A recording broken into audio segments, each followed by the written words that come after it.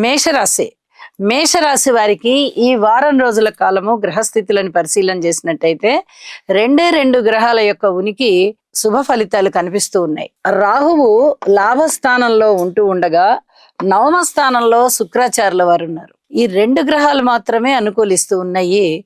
అయితే ఎక్కువగా జాగ్రత్తలు తీసుకోవాల్సిన అంశాలు చాలా ఎక్కువగా ఉన్నాయి. ఇది చెప్పదగినటువంటి సూచన. లాభాల బాటలో ఉంటారు. ఇది మనసుకి కొంచెం ఆనందం కలిగించే అంశమే. ధన సహాయం బాగా వస్తూ ఉంటుంది, ధనము అభివృద్ధి జరుగుతూ ఉంటుంది.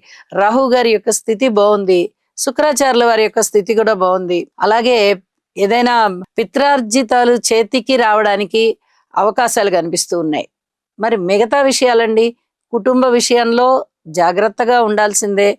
అన్నదమ్ముల సహాయ సహకార విషయంలో ఓర్పుగా ఉండాల్సిందే. మాతృవర్గ రీత్యా ఇప్పుడిప్పుడే మీరు ఏమీ కూడా ఆశించవద్దు. మీ తల్లిగారి వైపు నుంచి కానీ తండ్రి గారి వైపు నుంచి కానీ ఏ సహాయము కానీ ఏ ధన సహాయం కానీ ఏది ఆశించవద్దు. విద్యార్థులు ఎక్కువ కష్టపడాలి, స్త్రీలు కూడా కొంచెం కష్టపడేదే కనిపిస్తోంది. ఇక వ్యవసాయదారుల విషయంలో కూడా అలాగే ఉంది. అంటే శారీరక శ్రమ ఎక్కువ అవుతోంది ఇక్కడ మేషరాశి వారికి.